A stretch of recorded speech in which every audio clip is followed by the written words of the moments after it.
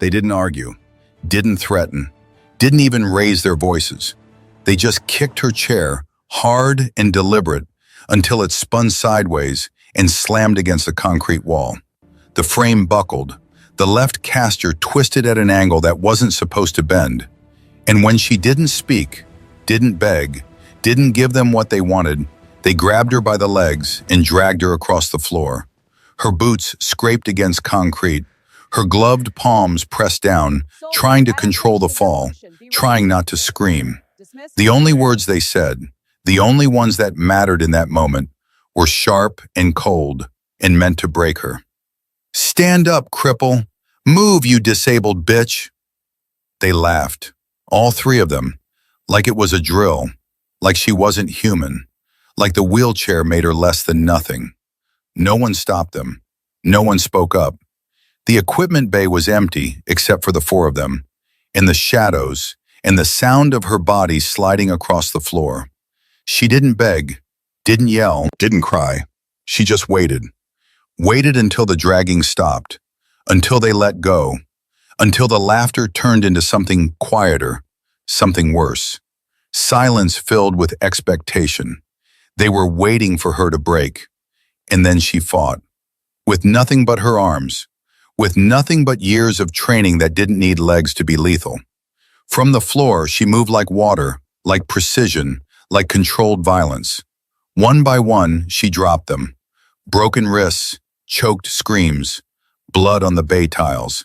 Because what they didn't know, what no one at that base had even bothered to check, was that she was a Navy SEAL, still active, still cleared, still more dangerous from the ground than they were standing at full height. But before we show you exactly what happened when three fully trained Marines tried to humiliate the wrong woman, you need to understand how she got there. You need to see the path that led to that moment. Because this isn't a story about weakness. This is proof that some warriors don't need legs to stand tall. 48 hours earlier, the sun beat down on Camp Pendleton like a hammer on an anvil. Heat shimmered off the asphalt in waves that made the air taste like metal and gasoline. The gate MP didn't even rise from his chair when the civilian van pulled up to the checkpoint. He just tapped his clipboard once, barely looked up, then squinted like the glare was playing tricks on his vision. "You lost, ma'am?" The woman in the passenger seat didn't answer immediately. She reached into a manila envelope and pulled out a set of transfer orders, sealed with a stamp that carried more authority than the MP's entire chain of command. Her movements were economical, practiced, nothing wasted. Chief Petty Officer Vera Sterling didn't look like what most people expected when they heard the word SEAL. Not anymore. The wheelchair she sat in wasn't new, wasn't military issued either. Civilian frame, stripped of labels, dull where the paint had been sanded off the handles. She rested one gloved hand lightly on the wheel, perfectly balanced, perfectly still. The MP broke the seal on the envelope and scanned the orders. His lips moved as he read. Joint Tactical Readiness Facility. Assigned to Departmental Liaison. No command listed, no unit designation, just clearance codes that made his eyebrows rise. He blinked, looked up, really looked this time. This a medical transfer? Vera didn't reply. Her eyes, pale blue and sharp as winter ice, just held his gaze until he shifted uncomfortably in his seat. The silence stretched. A question wanted to land in that space, but the orders were stamped, and the clearance was valid, and the approval code was high enough that the MP swallowed whatever he was about to say. He nodded once, waved her through. "Straight down main lane, second left past the motor pool. Admin will sort you out." The van rolled forward. Vera watched the base unfold through the window. Marines jogging between rotations. Trainers calling out times. Water bottles clinking against metal railings. The facility was already half buzzing with afternoon drills, the kind of controlled chaos that military life runs on. She moved through it like fog. Not disruptive, not noticed, not until she was. A conversation paused mid-sentence. Heads turned. One private lowered his sunglasses and elbowed the man next to him. "What the hell is that doing here?" The man laughed, short and nervous. Maybe she's the base commander's sister or something. Someone else muttered, quieter but not quiet enough. Hope they got ramps. I'm not dragging no wheels to cover. Vera didn't look at any of them. She took the second left, maneuvered around a fuel hose snaking across the pavement. Her chair hissed slightly on the uneven tarmac, the sound almost lost beneath the diesel engines in shouted cadences. Outside the admin building, the double doors didn't open automatically. She stopped, waited. No one moved to help. Then slowly, deliberately, she leaned forward and pressed the manual plate with a gloved fist. The door swung open. She rolled through without a sound. Inside, air conditioning hummed. The smell of stale coffee and printer toner hung in the air. The clerk behind the desk barely looked up from his screen. Name? Vera placed her military ID card and a second sealed envelope on the desk. Her voice was calm, flat, the kind of voice that doesn't ask for anything because it doesn't need to. Chief Petty Officer Sterling, reporting as assigned. The clerk opened the packet, paused. His fingers stopped moving across the keyboard. He read something on the screen that made his expressions shift from boredom to uncertainty. I'll need to get your billet assignment. Hang tight. Vera rolled back toward the corner of the waiting area. She positioned herself with her back against the wall, eyes forward, clear view of both exits. Her face betrayed nothing, but her posture, every inch of it, was the posture of someone who had lived in hostile territory and survived by watching every angle, every movement, every shadow. By noon, the novelty had worn off. The wheelchair hadn't. She sat near the edge of the training quad, off to the side of the primary track, where most of the joint unit rotated through circuit drills and heat acclimation runs. The instructors didn't assign her anywhere, didn't log her presence, didn't brief her on protocols. She wasn't called, wasn't included, but she didn't leave either. Chief Vera Sterling simply remained, present but silent, gear packed neatly at her side, gloves never removed, water bottle untouched. She observed, and that was enough, for her at least. Sergeant Marcus Royce noticed first, stocky build, buzzed high and tight, mid-30s and clinging to every inch of authority that came with his sergeant's stripes. Red hair cropped so short it was almost invisible. He watched her roll up alongside the obstacle wall and park like she belonged there, like she had every right to occupy space meant for real warfighters. He spat into the dirt. Someone misfiled a damn transfer form. To his left, Corporal Jake Hollis grinned. Leaner, wirier, the kind of man who picked fights at the end of a night out and never paid for the cleanup. Irish ancestry written in his sharp features and sharper temper. Maybe she's here to rate our posture. Posture patrol. More like a sympathy placement, Royce muttered. Roll around, get claps for not dying. Participation trophy bullshit. It wasn't just words. By the afternoon gear check, Vera had been bumped 3 times. Once by a Marine backing into her while re-racking weights. He didn't apologize, didn't even look back. Once by a stray medicine ball during circuit drills that rolled directly into her path, forcing her to stop short. And once by Hollis himself, who physically moved her chair back from the edge of the track with both hands, grinning the whole time. Safety first, he said, loud enough for the others to hear. Wouldn't want you to get trampled. Vera didn't flinch, didn't speak. She just reapplied her glove, adjusted her position, and rolled back to exactly where she had been. The silence bothered them more than any protest would have. It sat in the air like a challenge they couldn't quite name. PFC Kyle Bennett made it personal. Young, tall, still had the air of someone desperate to prove his worth to the older men, especially loud ones like Royce. Southern accent, thick as summer heat. She doesn't salute, doesn't stand, doesn't move for officers, just sits there like she owns the place. She's got wheels, Hollis said, tapping his temple like he'd made a brilliant observation. Maybe she thinks that counts as movement. Later at chow, someone tapped the back of her chair with a boot as they passed. It was subtle, A nudge, but enough to jostle the tray she'd just set on her lap. Her water shifted, sloshed against the rim. Vera caught it instantly, one hand steadying the cup before a single drop could spill. No sound, no complaint, but her eyes lifted. Just once. Royce saw it, and it was enough. "She thinks she's better than us," he muttered to Hollis as they walked away. "Rolling in here like some kind of damn ghost with clearance nobody can explain." "She doesn't belong here," Bennett added, eager to join the chorus. "That's the problem." Hollis nodded slowly. "She knows it, and she's not leaving." No one said it out loud, but the idea was taking shape, growing, festering. The idea that if the system wouldn't correct its mistake, if command wouldn't send her back to wherever broken sailors went to fade away, then they would handle it themselves. And the only thing more dangerous than a group of men feeling threatened was a group of men who thought they were righteous in doing something about it.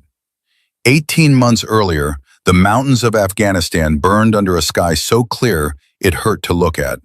The kind of clarity that made you think you could see forever, right up until the moment everything went black. Vera Sterling crouched behind a mud brick wall, suppressed rifle tight against her shoulder, breathing controlled. Her team moved like shadows through the compound. 6 operators, one objective: extract the CIA asset before the Taliban realized what was happening and turn the entire valley into a kill zone. She was team leader. 33 years old, 7 years with naval special warfare, 2 deployments to Iraq, 3 to Afghanistan, more confirmed kills than most men twice her age. The kind of operator who didn't need to raise her voice, because everyone already knew to listen when she spoke. "Raptor 2, status," the voice crackled in her earpiece. "Second floor clear, package located, but we've got a problem." Vera's jaw tightened. Problems in hostile territory meant decisions measured in seconds, and consequences measured in lives. "Talk to me." "Package isn't alone. We've got 2 local nationals, interpreter and his kids. Taliban's been using them as leverage." The mission brief hadn't mentioned civilians. The extraction window was 90 seconds. The exfil bird was already inbound. Every second they stayed on target was a second closer to contact, to firefight, to casualties. Vera didn't hesitate. "Bring them all. We don't leave anyone behind." "Copy that." They moved fast, too fast. The Taliban had spotters in the hills, and someone with a radio and enough sense to know what American helicopters sounded like. By the time Vera's team hit the extraction point, the first rounds were already snapping through the air. She took position at the rear, covering the withdrawal, watched her team load the CIA officer, the interpreter, 2 terrified children no older than 8. Watched the helicopter's rotors kick up dust that turned the world into a brown haze. And then she saw it, the flash of movement. The insurgent with the RPG kneeling behind a low wall 50 meters out. "RPG, get down!" She didn't think, didn't calculate, just moved, grabbed the nearest teammate by the plate carrier and shoved him hard to the left, out of the blast radius. The rocket streaked past where he'd been standing and detonated against the compound wall. But the insurgent had a second weapon, an IED, command detonated, buried in the path Vera had just stepped into. The explosion lifted her off her feet, threw her backward like a rag doll. Shrapnel tore through her lower back, through the gap where body armor met beltline, through flesh and muscle and into her spine. She hit the ground and felt nothing below her chest. No pain, no sensation, just absence. Her vision tunneled. Sounds became distant. She heard her team screaming her call sign, felt hands grabbing her, dragging her toward the bird. The world tilted. The sky spun. And then there was only the thrum of rotors and the taste of blood and the cold certainty that something fundamental had broken inside her body. 3 days later, she woke up in a hospital in Germany. White walls, fluorescent lights, the steady beep of machines monitoring vitals she couldn't feel. A doctor stood at the foot of her bed, clipboard in hand, expression carefully neutral. Chief Sterling, you're awake. That's good. Vera's throat was dry. Her voice came out rough. My team? Everyone made it out, including the civilians. You saved 6 lives. She nodded, waited for the rest, the part she already knew was coming. The shrapnel damaged your spinal cord, C5 to C6 vertebrae. We've stabilized you, but the paralysis is permanent. You won't walk again. Silence filled the room, the kind of silence that felt like a door closing, like a future being erased in real time. The doctor cleared his throat. Your career adapts, Vera cut him off. Her voice was steady, cold, final. My career adapts. I do. The doctor blinked. Chief, I don't think you understand. I understand perfectly. Her pale blue eyes locked onto his. I'm still a SEAL, still breathing, still thinking, still capable. The Navy doesn't get to decide when I'm done. I do. The doctor started to respond, then stopped. Something in her expression told him that arguing would be pointless. He made a note on his clipboard and left without another word. 4 days later, another visitor arrived. Older, graybeard, walking with a slight limp and a wooden cane that had seen better decades. Master Chief Garrett Thorne, 67 years old, retired SEAL, legend in the community. He'd trained half the operators currently downrange, and the other half knew his name from the stories. He pulled a chair up beside Vera's bed and sat down with a grunt. They're retiring me next month, he said without preamble. 67 years old, Vera. Mandatory separation. Like I'm suddenly too old to know which end of a rifle to point down range. Vera managed a thin smile. You planning to argue with them, Master Chief? Hell no. I know when I'm beaten. Thorne leaned forward, resting both hands on the cane. I was 24 in Grenada, 30 in Panama, led teams in Desert Storm. You think those wars ended my usefulness? No, Master Chief. Damn right they didn't. I adapted. Went from trigger puller to instructor. From instructor to strategist. From strategist to the guy who tells admirals when their plans are shit. He tapped the cane against the floor. Your turn now. I'm in a wheelchair. So? Vera blinked. So I can't what? Think? Plan? Lead? Shoot? You telling me your brain got paralyzed too? No.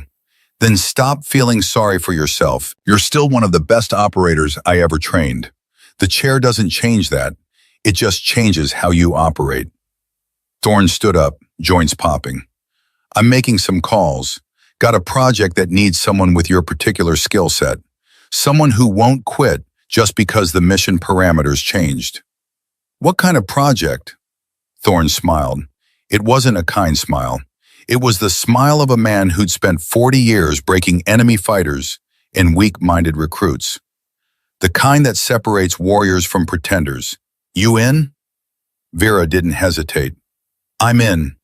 6 months of rehab, learning to live in a body that didn't respond the way it used to.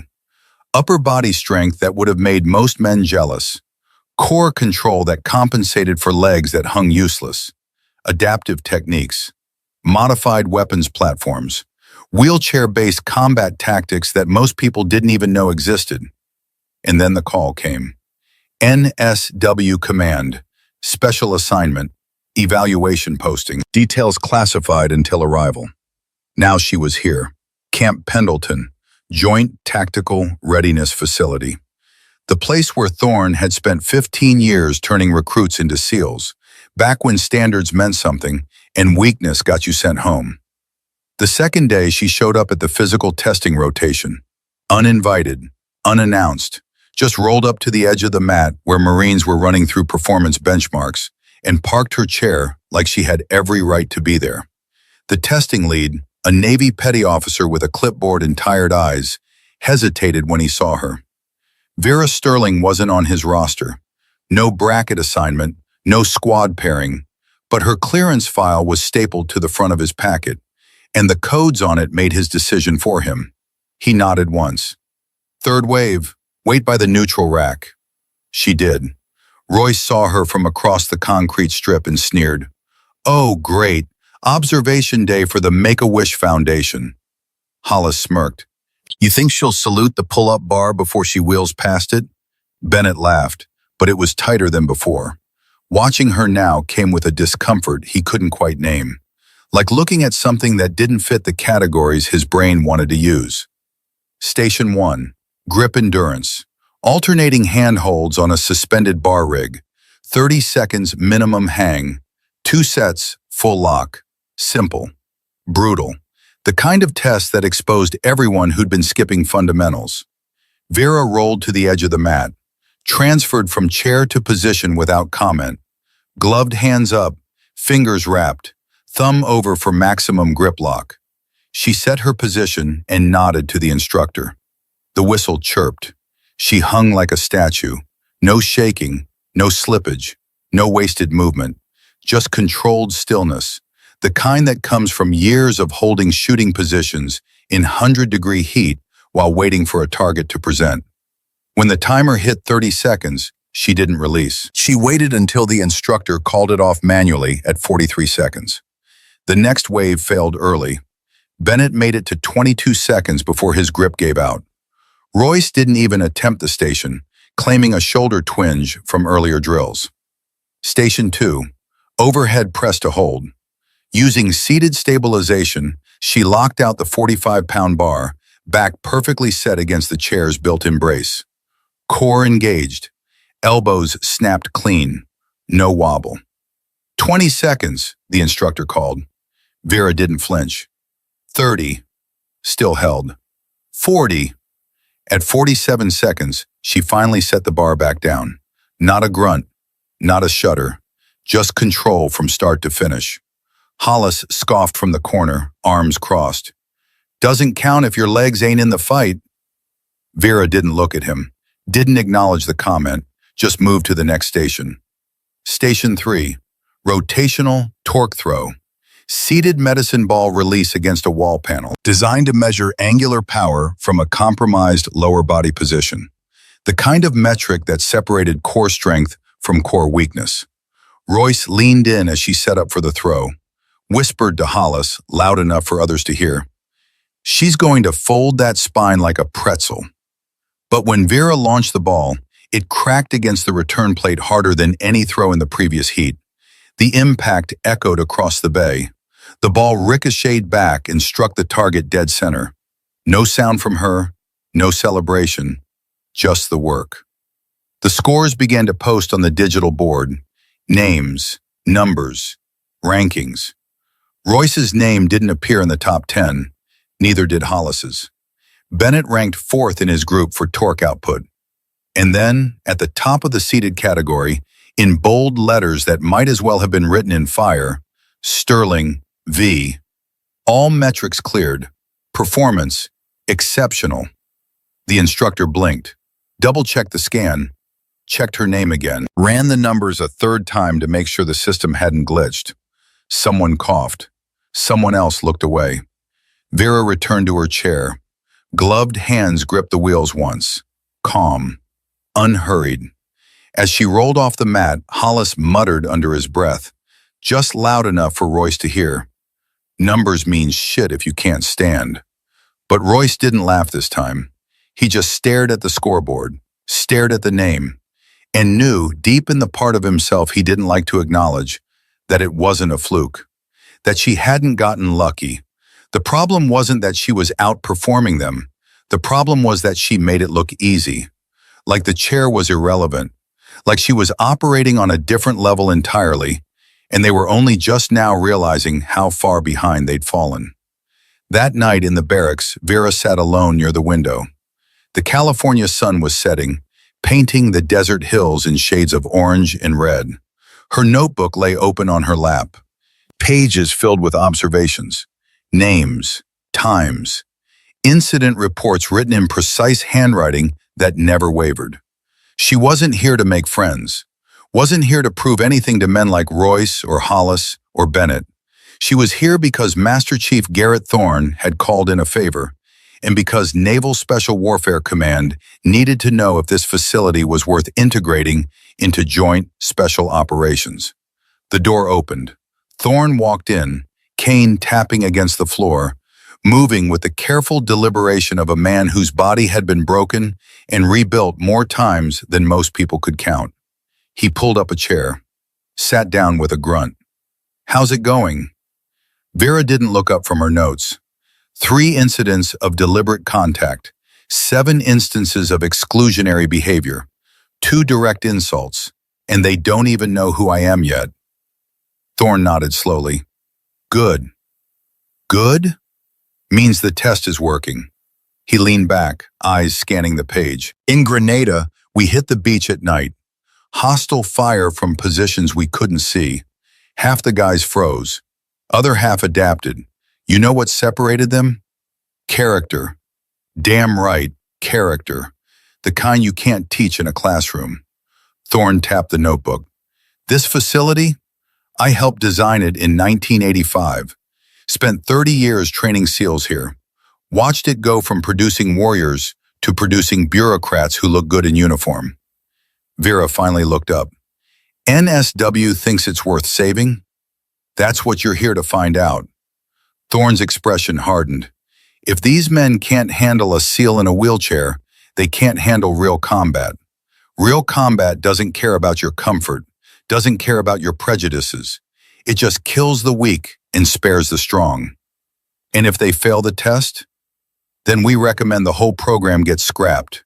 Let them go back to parade ground drills and PowerPoint briefings.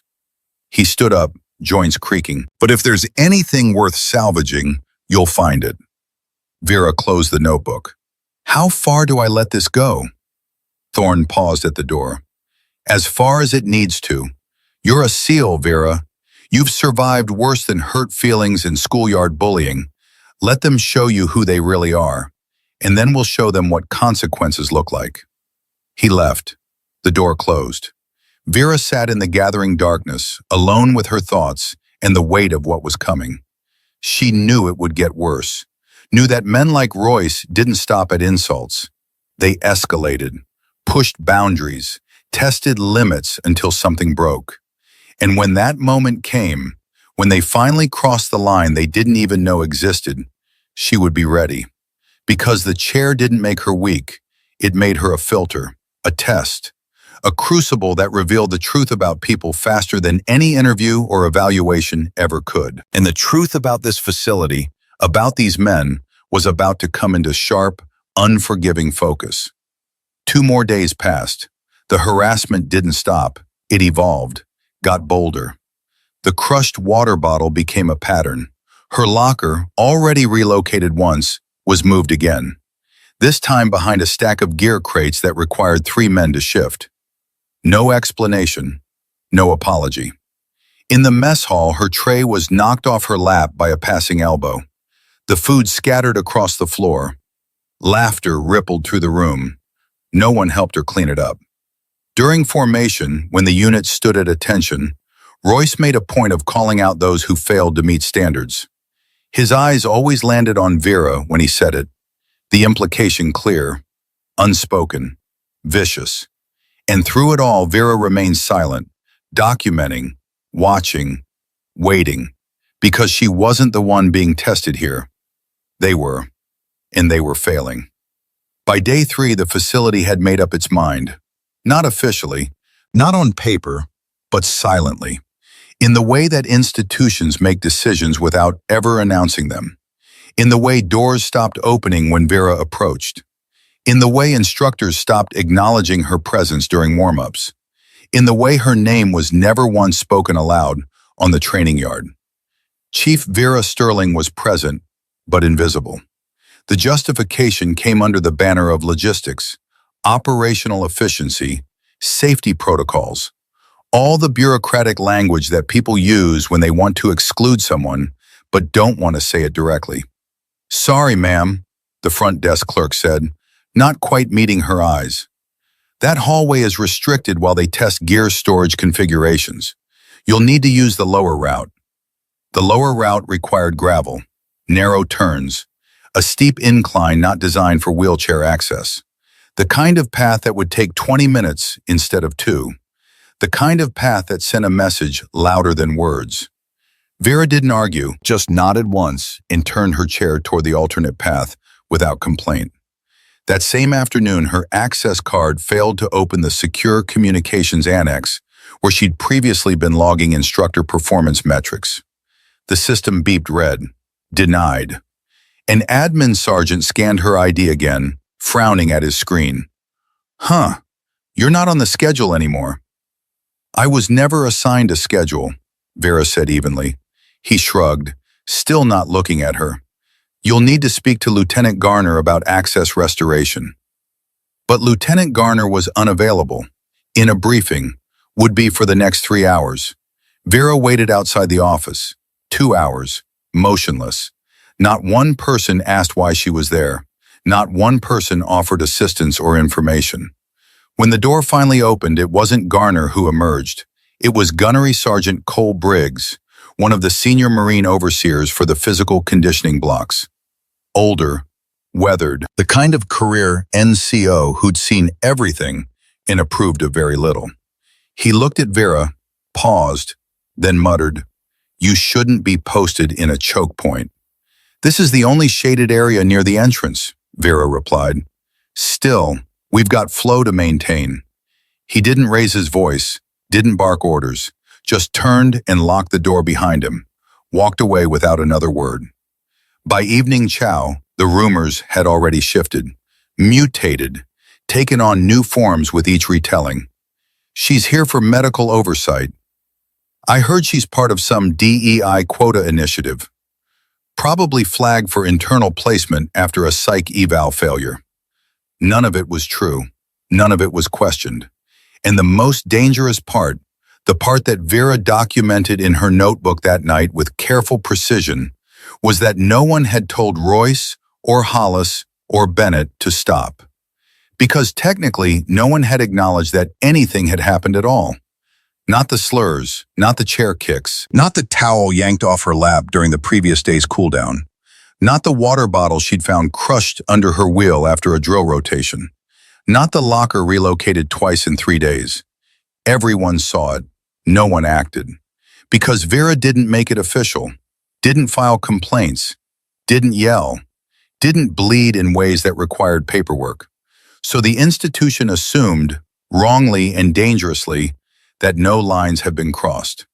And when she arrived the next morning to find her gear locker relocated again, this time to an inaccessible corner behind a row of stacked storage bins and equipment crates that would require a forklift to move, it wasn't an error, it was a message. A quiet one, a coward's message, but a message nonetheless. Vera didn't try to move the crates, didn't log a complaint. She just sat there, outside the new locker location, one glove looped across her lap, waiting, breathing, tracking every detail in her mind like she was building a target package for a direct action mission. Because the system might have looked away, but she didn't. Master Chief Garrett Thorne found her there an hour later. He limped over, cane tapping against concrete, and surveyed the blocked locker with the practiced eye of someone who'd seen every variety of institutional cruelty the military could devise.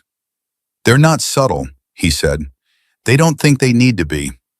Vera's voice was calm, clinical. "No one's stopping them." Thorne lowered himself onto a nearby crate with a grunt. His knees popped, his back protested. 67 years of hard use made every movement a negotiation with pain. In Panama, we had a saying, "You know what separates a successful operation from a total cluster? Discipline." Close. Accountability. Thorne tapped his cane against the floor. "You can have the best training in the world, best equipment, best intelligence, but if your men think they can get away with shortcuts, with cruelty, with breaking the rules because no one's watching, then you don't have a team, you have a mob. This facility is a mob. Parts of it," Thorne's expression hardened, "but not all of it. I've been watching. There are good people here. Young Marines who look uncomfortable when Royce runs his mouth. Instructors who turn away because they don't have the authority to stop it, not because they approve." Vera finally looked at him. You think it's salvageable? I think it's at a tipping point. Thorne shifted his weight, adjusting his grip on the cane. It can go one of two ways. Either leadership wakes up and fixes this, or it becomes the culture, becomes acceptable. And once that happens, you can't fix it. You can only burn it down and start over. How far do I let it go? Thorne met her gaze. His eyes were gray, hard. The eyes of a man who'd made life and death decisions in the dark and lived with the consequences. Until they cross the line from harassment to assault. Until they give us something undeniable, something command can't ignore or explain away. He paused. And Vera? They're going to cross that line. Men like Royce always do. It's just a matter of when. And if I get hurt? You won't. Thorne's certainty was absolute, because you're better than them. Faster, smarter, more experienced. They're bullies playing at being warriors. You're the real thing. He stood up slowly, joints protesting. When it happens, make sure there are witnesses. Make sure it's documented. And then remind them what a Navy SEAL looks like when you take the leash off. He walked away, cane tapping a steady rhythm against the floor. Vera sat alone in front of her blocked locker, the weight of what was coming settling over her like armor. She knew Thorne was right, knew that men like Royce didn't stop at words. They escalated, pushed, tested, and when they finally pushed too far, when they crossed from cruelty into violence, she would be ready. Because she'd fought Taliban insurgents in mountain compounds. She'd survived IED blasts that should have killed her. She'd led teams through hellfire and brought them home alive. 3 Marines with fragile egos and something to prove? That wasn't danger. That was Tuesday. The invitation came on day 12. Except it wasn't an invitation. It was a setup. Private First Class Emma Sutton found Vera in the disabled accessible bathroom, the only one on base that had been retrofitted with proper rails in space. Emma was young, 19, blonde hair pulled back in a regulation bun, Midwestern accent soft and uncertain. She knocked on the open door frame, waited for acknowledgement. Chief Sterling? Vera looked up from washing her hands. What is it, Private? Emma glanced over her shoulder, nervous, like she was doing something dangerous just by being here. I probably shouldn't tell you this, but I heard Royce and Hollis talking. They're planning something. She lowered her voice. Equipment Bay. After hours. 1900. They want you there. Did they say why? No, ma'am, but the way they were talking, Emma trailed off. It didn't sound good. It sounded like they wanted to teach you a lesson. Vera dried her hands carefully, methodically. Thank you for telling me, Private. Are you going to report it? No, Emma blinked, confused. But if they're planning to hurt you, then they'll have made their choice. Vera's pale blue eyes met Emma's, and I'll have made mine. I don't understand. You will, eventually. Vera rolled past her toward the door, stopped, looked back. Emma, when it happens, when whatever they're planning goes down, I need you to do something for me. What? Don't interfere. Don't try to help, just watch. And remember what you see. Emma's face went pale. Chief, I can't just... Yes, you can. Because if you interfere, they'll just try again later. In the dark, where there are no witnesses. This needs to happen in the light, needs to be seen. Understood? Emma nodded slowly, still uncertain, still afraid. But something in Vera's voice, in the absolute certainty of her tone, made argument impossible. Yes, ma'am. Good. Now get back to your duties. And Emma? Vera's expression softened, just slightly, just enough to show the human being underneath the operator. You did the right thing. Coming here, telling me. That took courage. Don't lose that. Emma nodded again and left quickly, footsteps echoing down the hallway. Vera remained in the bathroom for another moment, alone with her thoughts. Then she pulled out her phone and sent a single text message to a number with no name attached. Equipment Bay, 1900. It's happening. The reply came 30 seconds later. Cameras are live. I'll be close. Vera deleted both messages, pocketed the phone, and began her mental preparation for what was coming. She'd done this before, the pre-mission ritual, the way you settle your mind before violence, before controlled aggression, before the moment when everything you've trained for gets tested against reality. Breathing exercises, visualization, muscle memory rehearsal, the mechanics of close quarters combat from a seated position, leverage points, vulnerability zones, the way you turn a wheelchair from a disability into a weapon platform. By the time 1900 hours approached, Vera Sterling wasn't nervous. She was ready. The equipment bay was half lit when she rolled through the entrance, afternoon light fading to dusk, shadows pooling in the corners. The smell of rubber mats and old sweat hung thick in the air. She'd arrived exactly on time. Not early, not late, exactly when they'd expect her if they'd sent word through unofficial channels. The bay appeared empty at first, just rows of equipment, medicine balls, plyometric boxes, pull-up rigs, the normal landscape of physical training. But Vera knew better. She could feel them, could sense the presence of bodies trying to stay quiet, could hear the slight shuffle of boots on concrete, the controlled breathing of men who thought they were hunting. She rolled to the center of the bay, stopped, set her brake with deliberate precision, and waited. Royce stepped out first. From behind the gear cage partition, Hollis emerged from the opposite side. Bennett moved to block the exit. 3 points of a triangle with Vera at the center. Nobody spoke at first. They just stood there, savoring the moment, the anticipation. 3 fully trained Marines and 1 woman in a wheelchair who couldn't run even if she wanted to. Finally, Royce broke the silence. Chief Petty Officer Vera Sterling. He said her name like it was something dirty, something that didn't belong in his mouth. We figured it out. Vera didn't respond, didn't turn her chair, just sat there, hands resting lightly on the wheels, face expressionless. You're a prop, Royce continued, walking slowly closer. They brought you here to prove a point. DEI, morale, optics, all that soft bullshit the brass loves. Make it look like they care about diversity. Still no reaction. Hollis clicked his tongue, shaking his head like he was disappointed. And you bought into it, thought silence made you noble, thought beating us in a few exercises made you qualified, made you one of us. Bennett stepped forward, voice sharper than before, trying to prove himself to the older men. But this is real military ground, not a PR showcase, not a photo opportunity for some admiral's diversity report. And if command won't admit they fucked up, Royce said, voice dropping to something cold and final, then we will. That's when it shifted. Hollis stepped behind her chair, locked one hand on the push bar. Bennett moved directly in front, blocking any forward movement. Royce crouched slightly, bringing his face level with hers. He said it softly, like a dare, like a challenge he knew she couldn't meet.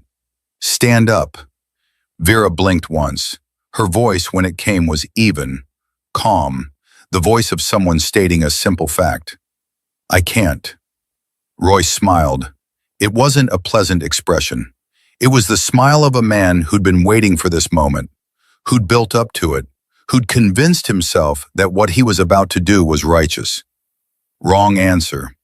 Then, without warning, he kicked the wheelchair, hard. The impact wasn't cinematic, wasn't dramatic. It was brutal and mechanical and meant to hurt. The frame jolted sideways. One of the front casters twisted at an angle that made metal scream. Vera's balance shifted instantly and she went down. Shoulder first, body rolling. But even in the fall, even in that moment of violent displacement, her training kicked in. Gloved hands braced, core engaged. She controlled the descent as much as physics allowed, minimizing impact, protecting her head. She hit the concrete with a muted thud, and they laughed. Not wild, not chaotic, cold, calculated. The laughter of men who thought they'd won something, who thought they'd proven something about strength and weakness and who belonged in their world. Bennett moved first, grabbed her ankle. Hollis grabbed the other. They began to drag her, slow, deliberate, across the mat. Her body slid, boots scraping, gloved hands pressed against the floor, trying to control the movement, trying not to give them the satisfaction of a scream. "Move, you disabled bitch," Hollis muttered. "If you won't stand, then you can crawl." They dragged her 15 feet, maybe 20, far enough to make their point, far enough to humiliate, far enough to believe they'd broken something fundamental inside her. Then they stopped, let go, stood over her like conquerors over the defeated. "Crawl back to your chair," Royce said. "Or don't. Either way, you're done here. You don't belong. You never did, and now you know it." Vera didn't move at first, just lay there on the cold concrete, breathing steady, eyes tracking their positions, cataloging, measuring, waiting for the exact right moment, because they'd made a critical mistake. They'd assumed the fight was over. Royce bent down, face twisted in contempt, ready to deliver some final verbal blow, ready to seal his victory with words that would echo in her mind long after the bruises faded. "How's the floor taste?" He never finished the sentence. Vera's hand snapped up like a striking snake, locked around his wrist, rotated 90 degrees with pressure that sent instant, screaming pain up his arm. Radial nerve compression. The kind of hold that doesn't ask permission from muscles or bones. Royce gasped, tried to pull back, but she'd already shifted her weight, using his own momentum against him, pulled him down and forward, off balance, off center. His world tilted, and suddenly he was falling, and her other elbow was driving into his solar plexus as he dropped. The air exploded out of his lungs. His wrist was wrong, twisted, dislocated. He hit the mat face first, and the pain was so sharp, so immediate that he couldn't even scream properly, just made a choked, wounded sound. Bennett reacted on instinct, rushed forward. Big mistake. Vera was already moving. From her position on the floor, she hooked his knee with her forearm, used leverage, not strength, pulled. His leg went out from under him, and he dropped hard. She transitioned immediately, one arm around his neck, modified chokehold, using the wheelchair frame as an anchor point. Textbook SEAL close quarters combat, adapted for ground fighting. 8 seconds of pressure, exactly calibrated, not enough to kill, just enough to put him on the edge of consciousness. Bennett tapped frantically against her arm, desperate, terrified. She released him instantly, and he collapsed, gasping, hands at his throat. 2 down. Hollis was smarter than the others, stayed back, circled. His eyes had changed. The confidence was gone, replaced by something else.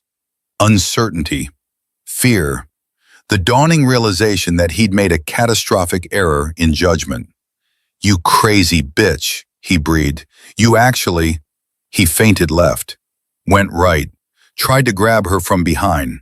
Vera caught his movement in her peripheral vision, read the feint for what it was. When he committed to the right side, she was already rotating. Her arm came up, caught his incoming kick midair, twisted the ankle. Not hard enough to break, just hard enough to control. She yanked, pulled his center of gravity forward. He hopped on one foot, trying to maintain balance, and that's when she transitioned to the armbar. Wrapped his extended arm, applied pressure to the elbow joint, right to the edge of structural failure. Hollis screamed, high and sharp and full of pain that erased every bit of bravado he'd carried into that bay. She held him there for 3 seconds. Let him feel it. Let him understand exactly how much worse it could be. Then she released. He collapsed, curled up, cradling his arm, whimpering. 3 bodies on the floor. Vera Sterling unhurt, breathing steady, pulse barely elevated. She adjusted her position on the mat, not to flee, not to escape, to reorient, to center herself. The wheelchair lay on its side 10 feet away, one wheel still slowly spinning. That's when the door opened. Master Chief Garrett Thorne entered first. Behind him, the facility commander, Captain Richard Hayes, two other senior instructors, and a base security contractor with a tablet showing live camera feeds. Thorne's face was controlled fury, the kind of anger that doesn't need volume. Hayes looked pale, shocked, like he'd just witnessed something that violated every assumption he'd built his career on. Hayes found his voice first. "What the hell happened here?" Thorne walked slowly to Vera's overturned wheelchair, examined the kicked frame, the bent caster, ran his finger along the floor where drag marks from boots and gloves had left visible traces on the concrete. "Documented assault," Thorne said quietly. 3 Marines, 1 superior officer, premeditated attack. Royce, from his position on the floor, his wrist held at an awkward angle, managed to speak through pain and rage. "She attacked us, she's—" Thorne turned. The look he gave Royce could have melted steel. "Shut your mouth, Sergeant, you've said enough." He walked to where Vera sat, offered his hand. She took it, used his stability to pull herself toward her wheelchair. Thorne and one of the instructors righted the frame, checked the wheels.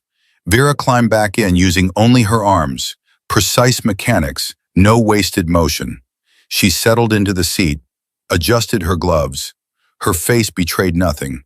Professional, clino. Face of someone who just completed a training exercise, not fought for her safety against 3 attackers. Thorne turned to Hayes. "Captain, you see those drag marks?" Hayes looked, nodded.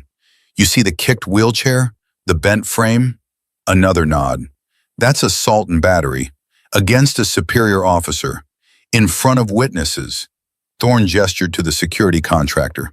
"And it's all on camera, every second, from the moment they surrounded her to the moment she defended herself." Hayes' jaw tightened. "Chief Sterling, do you need medical attention?" "Negative, sir. Are you able to make a statement?" "Affirmative." Thorne stepped closer to the 3 Marines, still on the floor in various states of pain and shock. His voice dropped to something quiet and deadly. "You want to know what you just did? You assaulted a Navy SEAL, a combat veteran with 2 Navy crosses, a woman who saved 6 lives in Afghanistan while you were probably still figuring out which end of a rifle to hold." He looked at each of them in turn.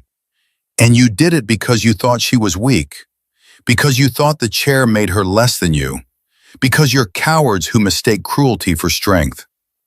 Royce tried to speak. "We didn't know." "You didn't ask," Thorne cut him off. "You assumed, you judged, and you attacked. And now you're going to learn what happens when you cross that line." Hayes pulled out his radio. "Security to equipment bay.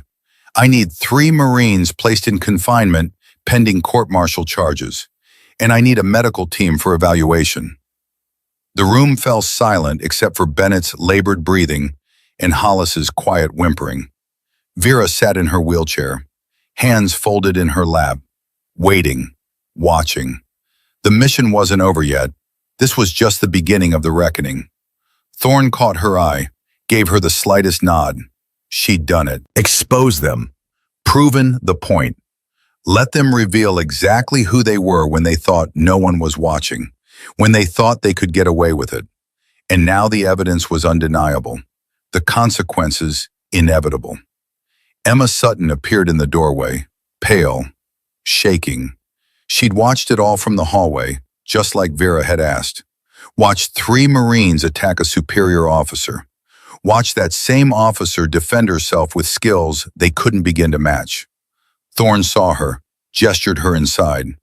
"Private Sutton, you're a witness. I need you to write down everything you saw, every detail. Understood?" Emma nodded. "Yes, Master Chief." She looked at Vera, something like awe in her expression, something like understanding dawning. Vera met her gaze, held it, saw the moment when Emma realized what she just witnessed wasn't about disability or weakness or limitations. It was about warriors, real ones, and the pretenders who thought they could break them. The conference room wasn't designed for confrontation. Neutral gray walls, fluorescent lights humming overhead, a wide steel table flanked by the American flag and the Navy Jack. The kind of space where administrative decisions got made with signatures and timestamps, not raised voices. But the tension inside didn't need volume. It breathed on its own, heavy, inevitable. Vera sat at one end of the table, her wheelchair positioned with deliberate precision, uniform crisp, hands folded. Her face carried the same expression it had carried through the assault, through the fight, through the aftermath. Calm, professional, unshakable. Across from her sat Captain Richard Hayes, the facility commander. To his right, Master Chief Garrett Thorne. To his left, Lieutenant Commander Patricia Vance, the facility's legal officer. At the far end, a recording device blinked red. Everything that happened in this room would become part of the official record.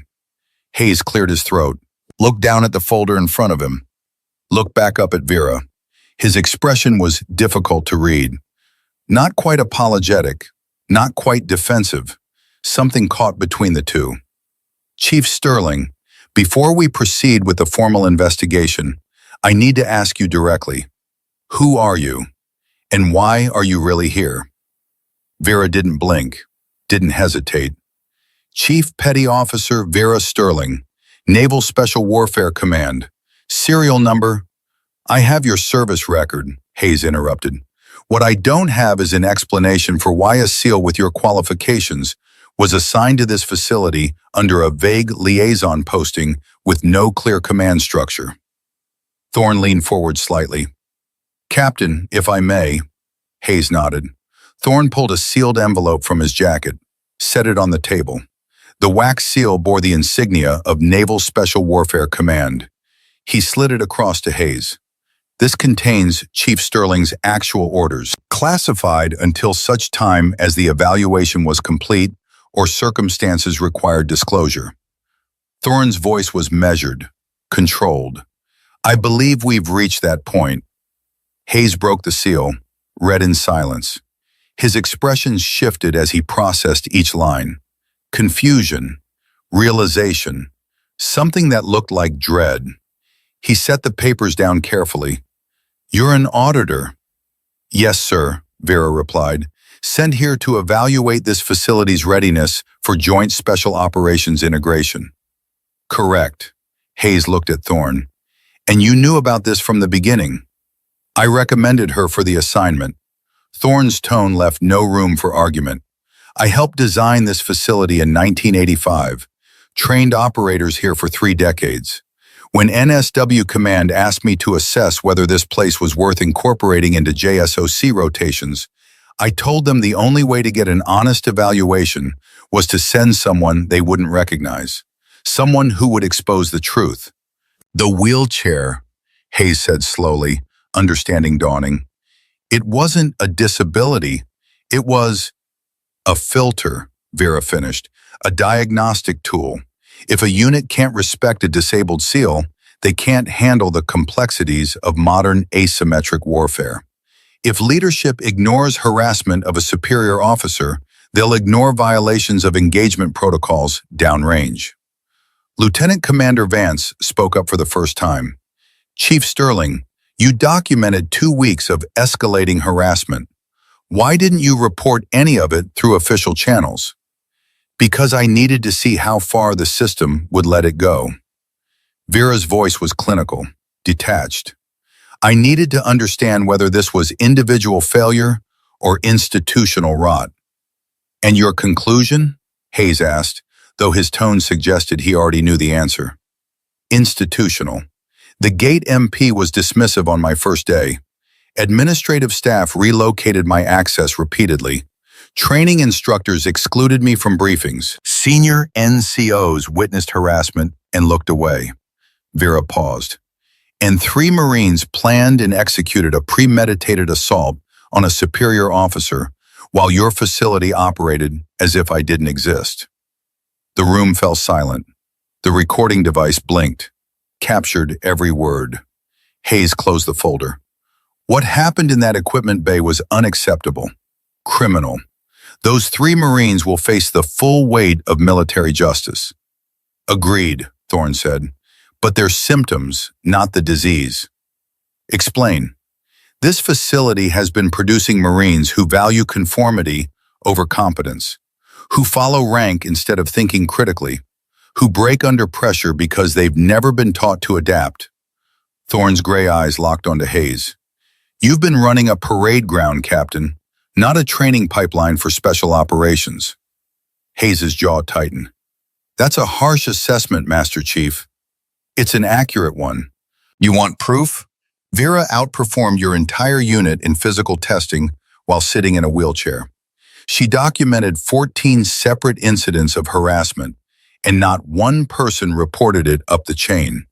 And when she was assaulted, she had to defend herself because your institutional culture had already decided she didn't matter. Vance cut in, her voice careful. With respect, Master Chief, you're describing systemic failures that would require complete restructuring. Yes. That could end careers, could shut down this facility entirely. It should, Thorne said flatly, if it can't be fixed. Hayes looked at Vera. Chief Sterling, you're the evaluator. What's your recommendation? Vera was quiet for a moment, choosing her words with the same precision she'd used to disable 3 attackers. When she spoke, her voice carried weight that came from experience, from pain, from understanding what was at stake. This facility has good people. Private Sutton saw what was happening and warned me, despite the risk to herself.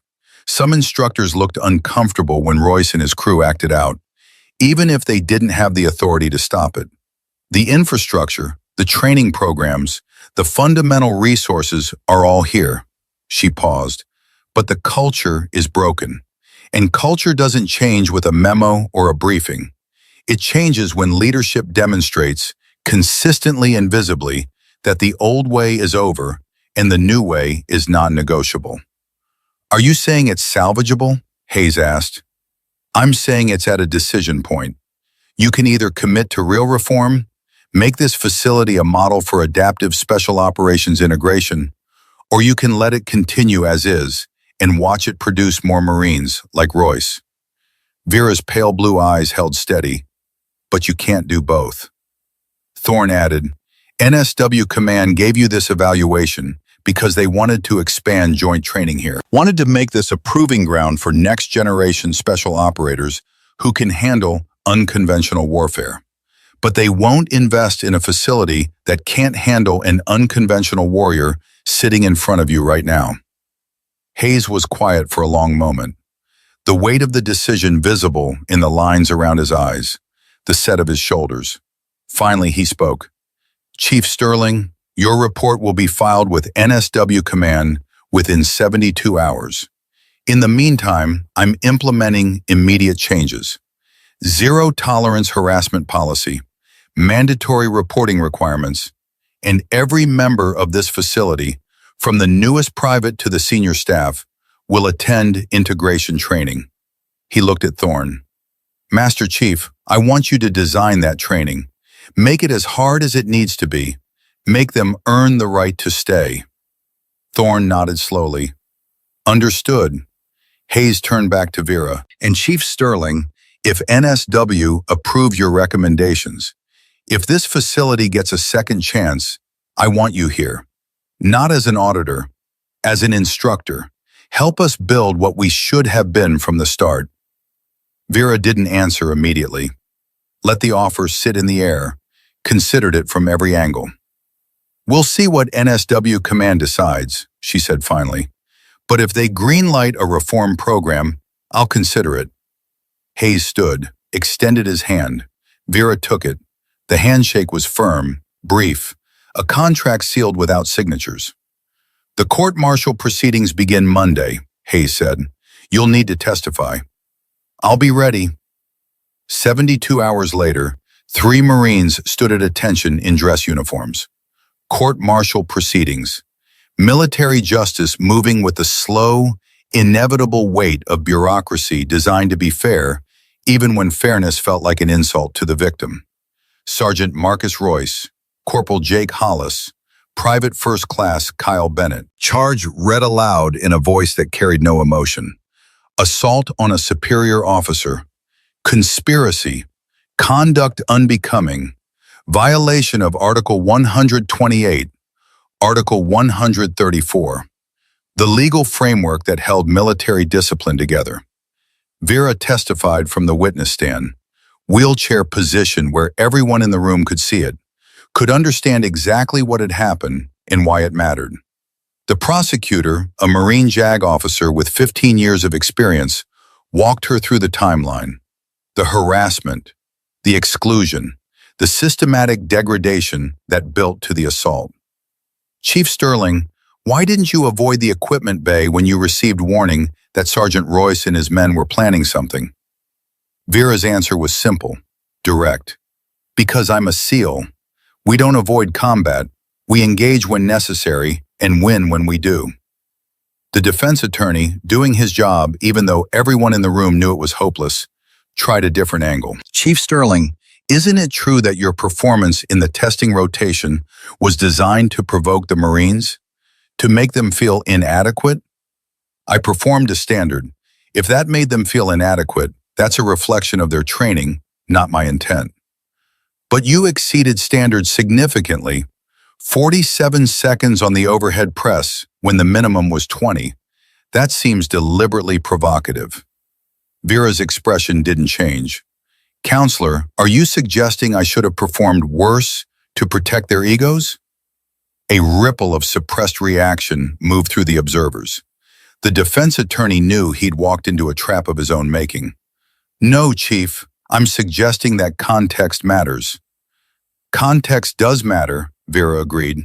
The context is that 3 Marines assaulted a superior officer because they couldn't handle the reality that disability doesn't equal incompetence. The context is that they dragged me across a concrete floor while calling me a disabled bitch. The context is documented, on camera, with witnesses. She leaned forward slightly. And the context you're trying to create, that I somehow deserved it by being too good at my job, is exactly the kind of thinking that leads to institutional rot. The defense attorney sat down. He had no response to that. Master Chief Thorne testified next. His presence carried authority that filled the room. When he spoke about Grenada, about Panama, about 40 years of training warriors, every person present understood they were hearing from someone who'd earned every word. I've trained thousands of operators, Thorne said.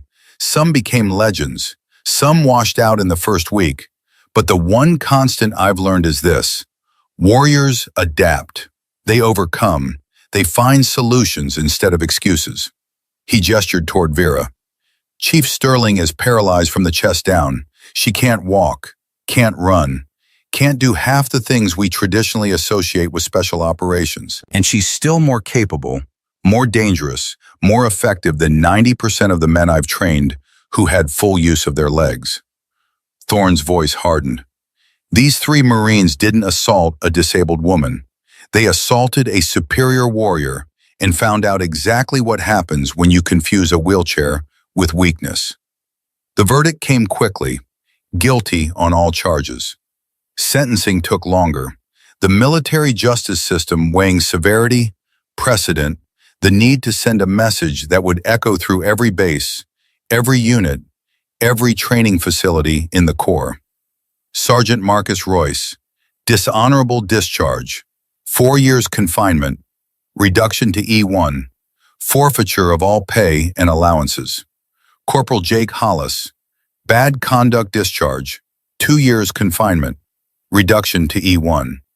Private First Class Kyle Bennett, general discharge under other than honorable conditions, 1 year confinement, permanent conduct flag that would follow him for life. Vera watched the sentences delivered, felt nothing, no satisfaction, no vindication, just the cold recognition that justice had been served and 3 lives had been permanently altered by decisions made in anger and ignorance. As the court adjourned, Bennett caught her eye. He looked young suddenly, younger than his 24 years. The weight of what he'd done, what he'd lost, written in every line of his face. She held his gaze for 3 seconds, then looked away. Some lessons came too late to save you from the consequences. 6 months later, the facility looked different. Not in its physical structure. The buildings were the same, the obstacle courses unchanged. But something fundamental had shifted in the air, in the way people moved, in the culture that lived underneath the surface of routine and regulation. Adaptive Warfare Integration Program. The sign mounted outside the new training wing carried those words in letters that caught the California sun and threw it back like a challenge. Vera wheeled through the entrance. Behind her, Master Chief Thorne walked with his cane, moving slower than he used to, but still present, still sharp, still necessary. Inside, 15 wounded warriors stood at attention, some in wheelchairs, some with prosthetic limbs, some with injuries invisible to the eye, but written in the careful way they held themselves, the controlled breathing, the 1,000-yard stare that came from traumatic brain injuries. Army, Navy, Marines, Air Force, age range from 23 to 45, all of them veterans, all of them wounded, all of them told at some point that their military careers were over. Vera positioned herself at the front of the formation.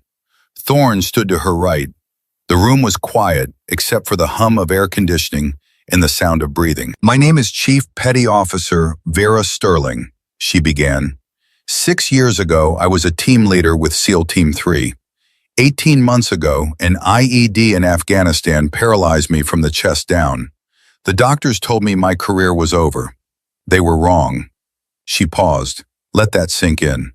You're here because someone looked at your injuries and made assumptions about what you could and couldn't do. Maybe they were well-meaning. Maybe they were trying to protect you. But they were wrong, too. Thorne stepped forward.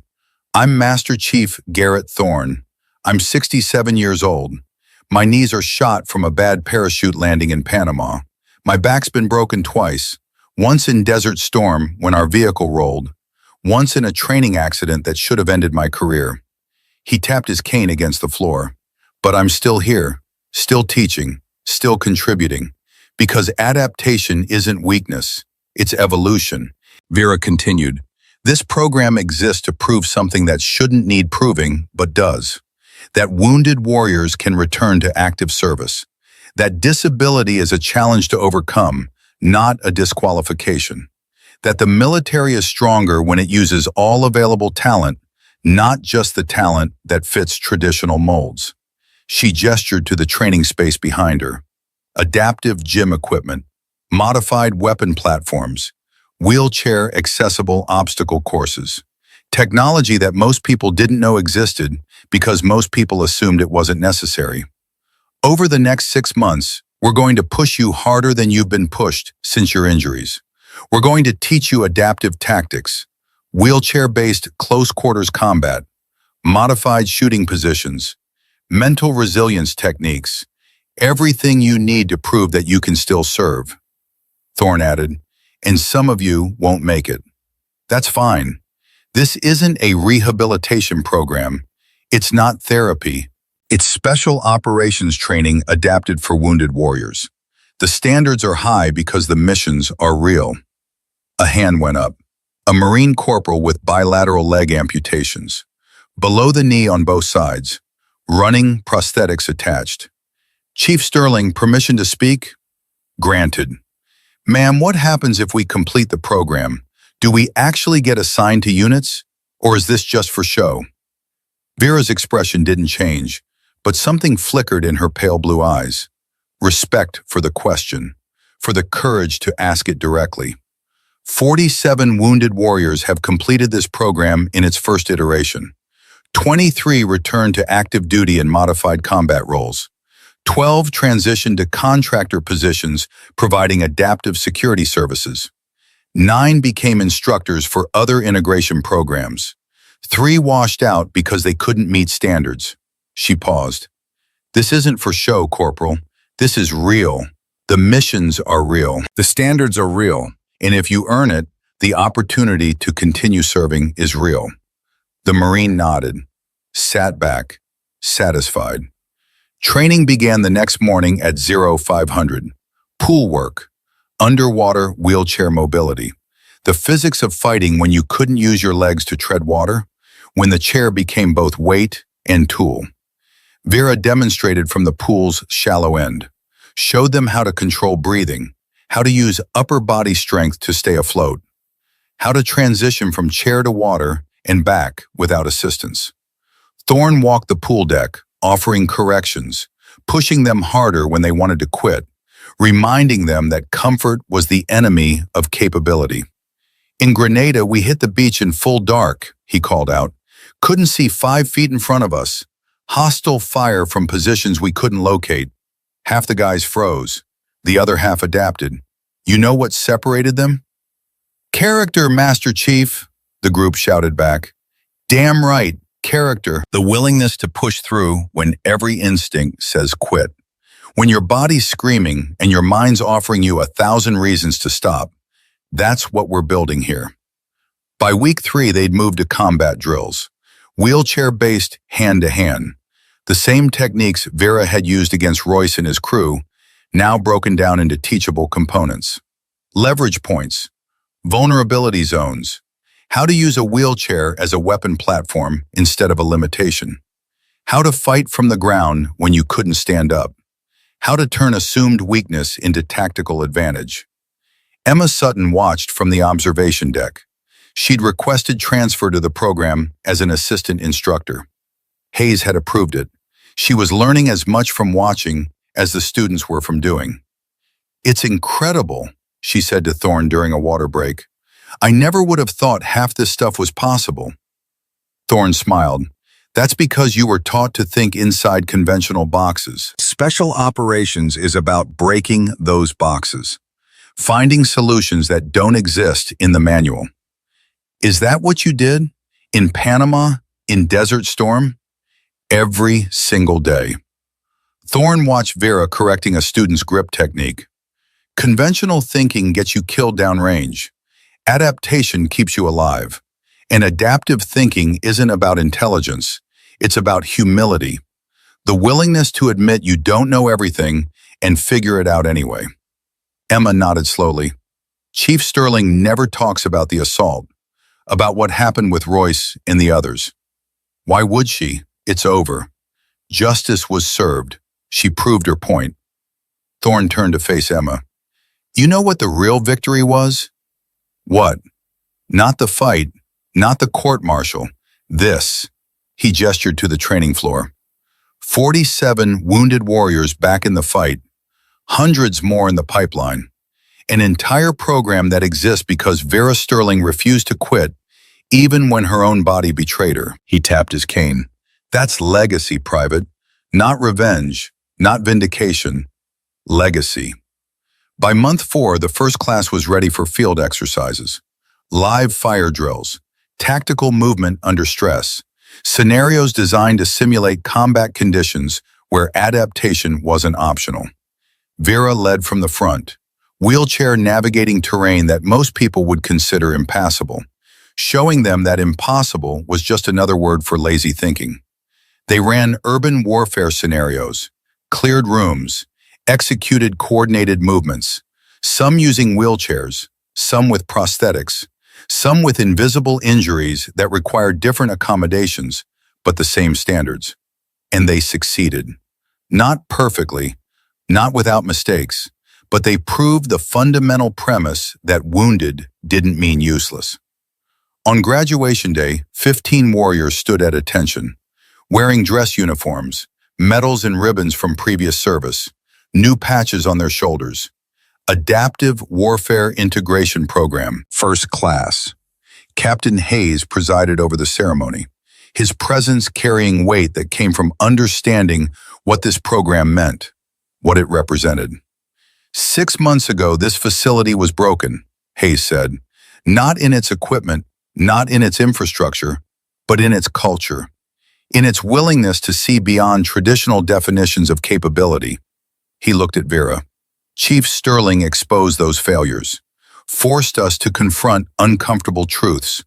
And then, instead of walking away, she stayed, helped us build something better. Hayes turned to the graduates. You 15 warriors are proof that adaptation is strength, that wounded doesn't mean finished, that the military is better when it embraces all of its talent, not just the talent that looks a certain way. The ceremony concluded with a moment that hadn't been planned, hadn't been scripted. Kyle Bennett walked in from the back of the room. He wasn't in uniform, couldn't be. His discharge papers had been finalized months ago, but he was there. Civilian clothes, head down, moving like someone who knew he didn't belong, but needed to try anyway. He stopped 10 feet from Vera, waited. She looked at him. The room went silent. Chief Sterling, Bennett's voice was rough, uncertain. I need to say something. Go ahead. I destroyed my life in 30 seconds, made a choice I can never take back, hurt someone who didn't deserve it, and I don't expect forgiveness, don't deserve it. But I wanted you to know, he paused, swallowed hard.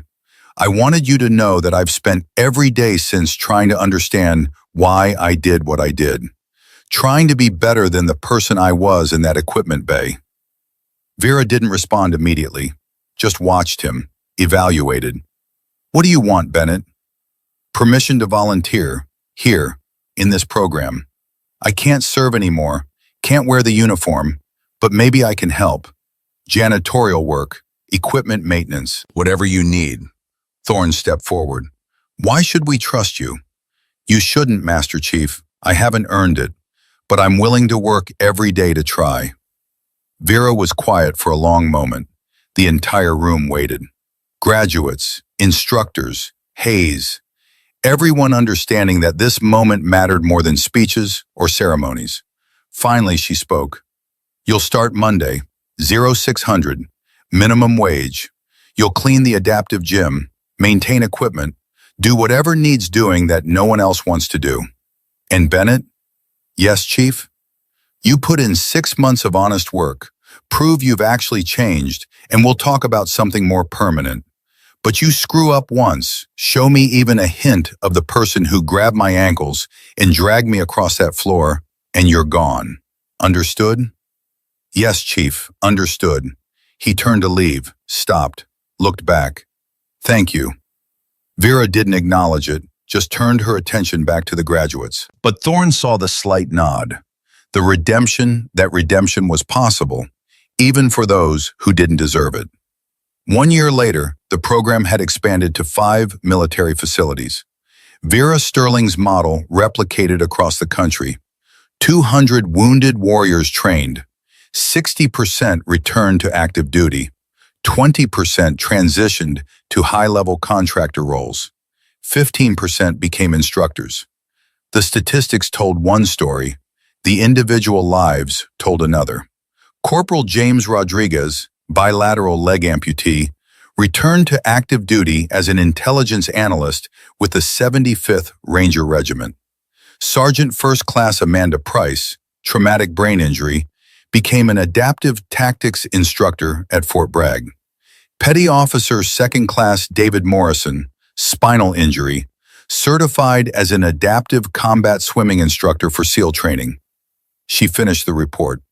200 pages documenting every aspect of the program, success rates, methodology, recommendations for expansion, the kind of comprehensive analysis that would determine whether this became permanent or remained an experimental footnote.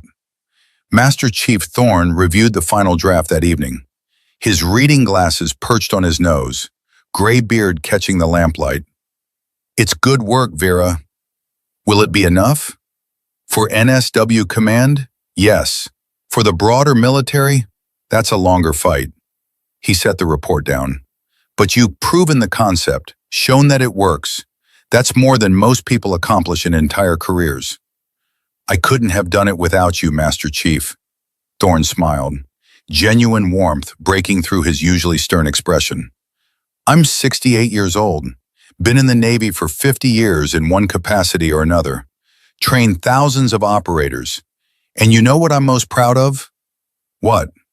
This. You. This program. The fact that we took the worst failure of my career, that I helped build a facility that became so broken, it nearly destroyed you, and turned it into something that's saving lives.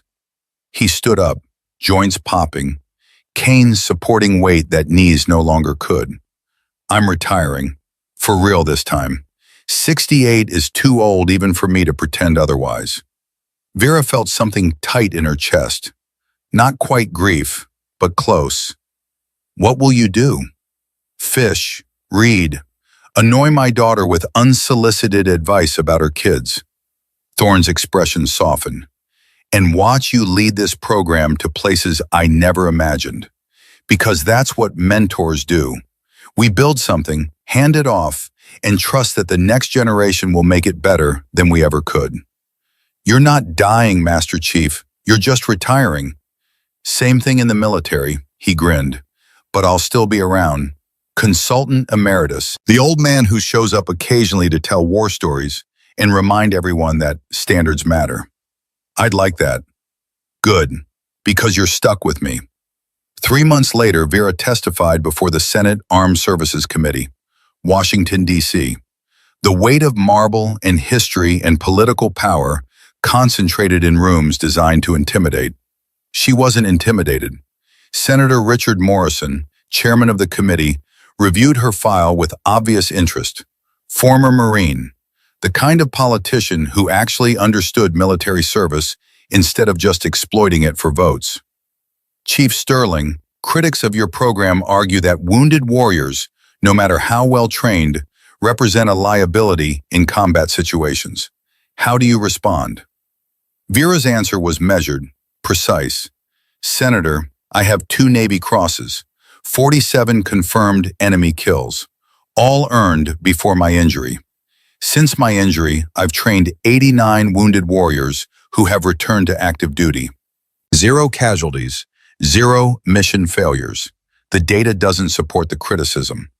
But surely there are limitations. There are adaptations, Vera cut in, not rudely, but firmly. A sniper with one arm adapts his shooting platform.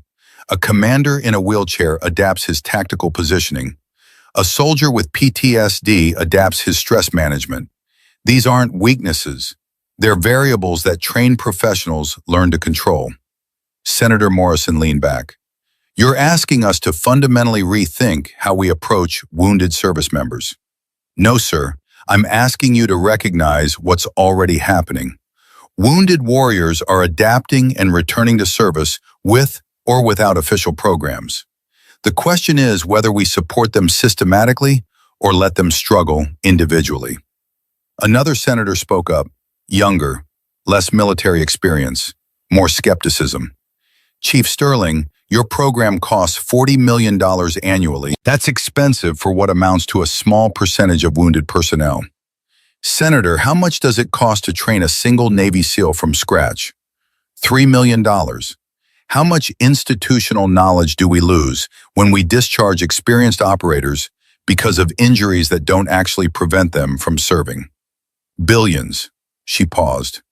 My program doesn't create new warriors.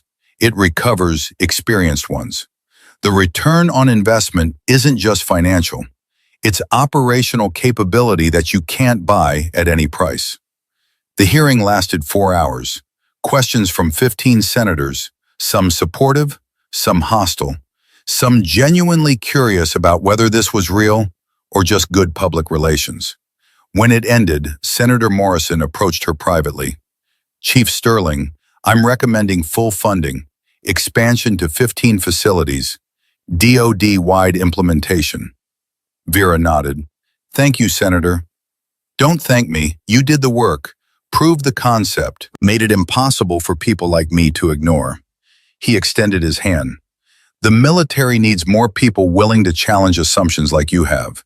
She took his hand, firm grip, brief. The military needs people willing to adapt, Senator.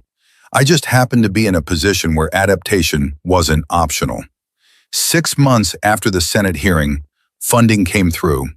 $50 million, 15 facilities, full DoD support for the Adaptive Warfare Integration Program. Vera was named Director of Adaptive Combat Operations, a position created specifically for her, authority to implement the program across all service branches, a budget that would have seemed impossible 2 years ago when she was being dragged across an equipment bay floor. The announcement ceremony was held at Camp Pendleton, full military honors, press coverage, the kind of public recognition that made Vera deeply uncomfortable but understood was necessary for the program's survival. Master Chief Thorne attended, retired now but still sharp in his dress uniform, medals from 40 years of service catching the California sun. Emma Sutton stood in formation, now a corporal, assistant director for the program's West Coast operations. The quiet private who'd warned Vera about the ambush had become a leader in her own right. And in the back, almost unnoticed, Kyle Bennett, civilian contractor now, certified adaptive equipment technician. 1 year of janitorial work had turned into a permanent position, his redemption incomplete but ongoing. Captain Hayes, promoted to Commodore, presided over the ceremony. 2 years ago, this facility failed Chief Sterling in every possible way. We judged her, excluded her, and 3 of our Marines assaulted her. His voice carried across the assembled formation. But Chief Sterling didn't give up on us. She saw potential underneath the failure, and she stayed to help us become what we should have been from the start. He turned to Vera. Your program has trained 400 wounded warriors, returned 240 to active duty, created opportunities that didn't exist before you proved they were possible. Hayes pinned the new insignia on her uniform, Director of Adaptive Combat Operations. The military is better because you refused to accept limitations, yours or ours. The ceremony concluded, press dispersed, formation dismissed. Vera remained on the platform, looking out over the facility that had tried to break her and failed. Thorne joined her, moving slower now, leaning more heavily on his cane, but still present. You did it, he said quietly. We did it. No, this was you. I just opened doors. You're the one who proved it was possible. Vera turned her wheelchair to face him. What happens now? Now? You keep building, keep training, keep proving that adaptation is strength. Thorne smiled. And maybe, eventually, you train someone else to take over. Pass it forward like I passed it to you. I'm 36 years old, Master Chief. I've got time. You do. Use it well. They sat in comfortable silence, watching the sun set over the obstacle courses where wounded warriors would train tomorrow, and the next day, and the day after that. 5 years later, the program had expanded beyond anyone's initial projections. 30 facilities, 800 graduates, a 58% active duty return rate that exceeded all predictions.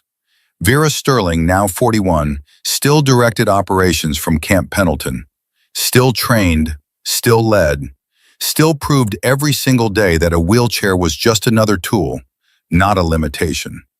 Emma Sutton had become the program's youngest facility commander, running operations at Fort Benning with the same quiet competence she'd shown as a private.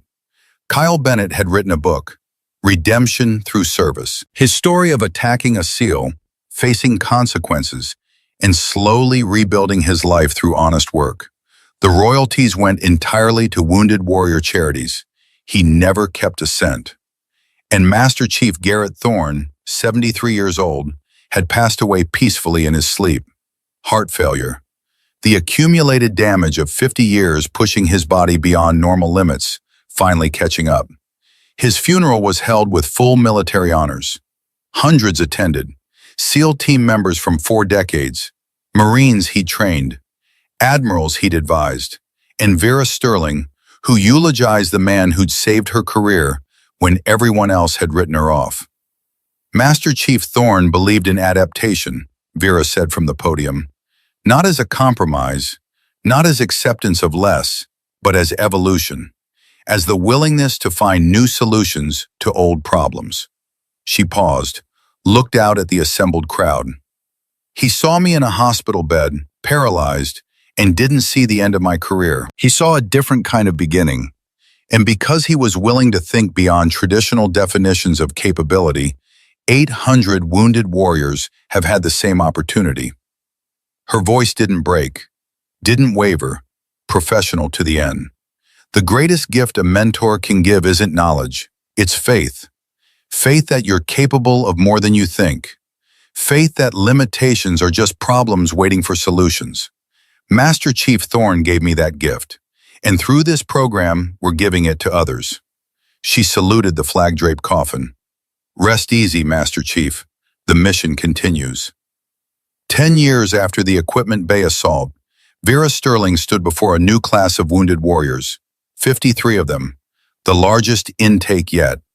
Army, Navy, Marines, Air Force, Coast Guard, every branch represented. She was 45 now, silver threads in her blonde hair, lines around her eyes from years of California sun and hard decisions. But her voice was still steady. Her presence still commanded attention without demanding it. My name is Director Vera Sterling. 18 years ago, I was paralyzed in Afghanistan, told my career was over, told I'd never serve again. She paused.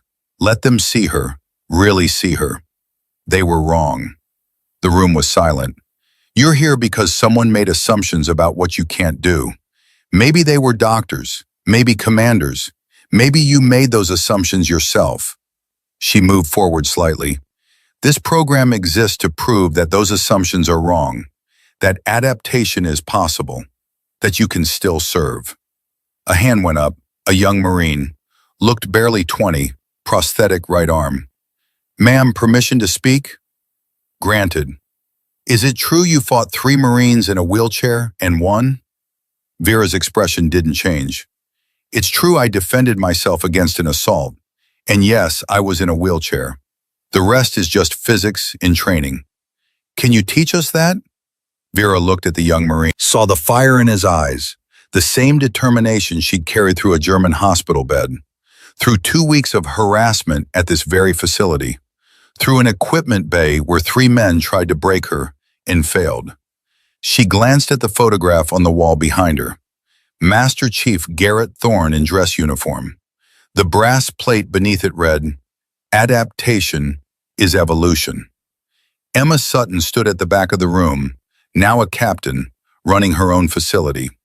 Kyle Bennett was outside, maintaining the adaptive equipment he'd once mocked, his redemption measured in years of silent service. Vera turned back to the class. 53 wounded warriors who'd been told they were finished. 10 years ago, 3 Marines dragged me across a concrete floor. They thought my wheelchair made me weak. They thought they could break me. Her voice was steady, final. They were wrong, and anyone who thinks you're finished because of your injuries is wrong too. She moved forward, not retreating, never retreating. This program exists because warriors adapt, because strength isn't about legs or arms or perfect bodies. It's about refusing to quit when everyone expects you to. It's about proving that wounded doesn't mean worthless. Her pale blue eyes swept across the formation. Master Chief Thorne used to say, "The only easy day was yesterday." He was right. This won't be easy. Some of you won't make it. But those who do will prove something the military desperately needs to remember. She paused. Let the weight settle. That the warrior spirit doesn't live in your legs. It lives in here. She tapped her chest. And no injury, no attack, no institutional failure can take that away unless you let it. The room was silent, breathing, waiting, understanding. Welcome to the Adaptive Warfare Integration Program. Let's get to work. Outside, the California sun burned over obstacle courses designed for wheelchairs and prosthetics, and minds that refused to accept limitations. The facility that had once tried to break Vera Sterling now carried her name on the main building. Adaptive Combat Operations Center, Sterling Hall. Some warriors didn't need legs to stand tall. They just needed the courage to keep fighting when everyone else had given up. And Vera Sterling had taught 800 wounded warriors that courage was a skill you could train, one adaptation at a time.